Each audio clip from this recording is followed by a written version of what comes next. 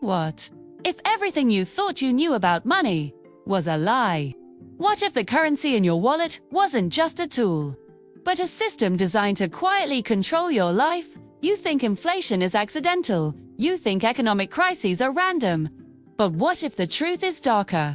By the end of this video, you'll see the hidden mechanism behind fiat money and why it might be the most dangerous system humanity has ever embraced. To understand this, we need to go back to the birth of modern banking. Not the flashy Wall Street you see in movies, but quiet rooms where ledgers were kept. Decisions made here would shape economies for generations. Fiat money, a currency without intrinsic value, backed only by trust, was hailed as a revolutionary tool. Governments could create money on demand. Economies could expand. Prosperity was promised. Think of it like a digital game. At first, you see the rules. You trade coins for goods, but the game master controls the supply. Slowly, without notice, the coins in your pocket lose power. You didn't cheat. The game was rigged from the start. Most people think inflation, recessions, or debt are accidents. They're not. They're not. They're the side effects of a deeper design, one that benefits a few at the expense of many. It started innocently enough. Paper money was easier to carry than gold. Governments could fund wars, infrastructure, public projects without gold. It seemed like progress. But the convenience that made it popular planted the seeds of control. When governments stopped backing money with gold, they transferred the power to decide value from nature to human hands. And those hands were not neutral. Suddenly, money became a lever. Banks could create it. Debt became the engine. People were told, borrow, invest, grow.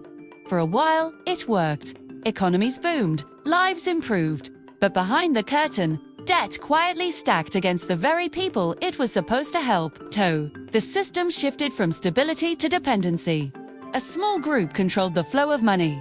The many worked, saved, and borrowed, while the few grew wealthier, more powerful, almost invisible. And then, collapse. The crash wasn't random. It was inevitable. When the illusion of stability broke, the debt chains tightened. People lost savings, jobs, homes. Entire economies convulsed. This was the moment the system revealed its true nature, not as a neutral medium, but as a lever of control. The human cost was enormous. Families ruined, lives disrupted, trust and money shattered. Yet the system survived, not because it was fixed, but because the mechanism shifted. Those in control reinforced their power. Future collapses weren't less likely, they became more profitable for them. Governments tried to patch it. Bailouts, stimulus, interest rate manipulation. But these fixes only masked the underlying flaw. The system relied on creating debt to function. Each solution increased dependence, widened inequality, deepened control. Fast forward to today. Central banks print trillions in quantitative easing. Inflation quietly erodes purchasing power. Your savings, your wages, your future slowly imperceptibly lose value. Debt has become permanent. Governments, corporations, even individuals are bound to it. The pattern is repeating. Not once, but continuously. Every time the system teeters, those controlling the money exploit the chaos. And you're part of the machine, unaware. So what should you take away?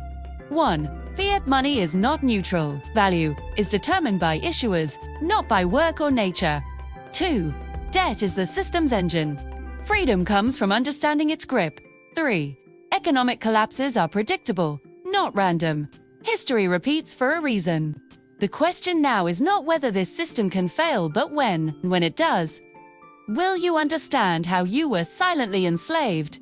If you want to understand how this affects you, subscribe and watch the next episode.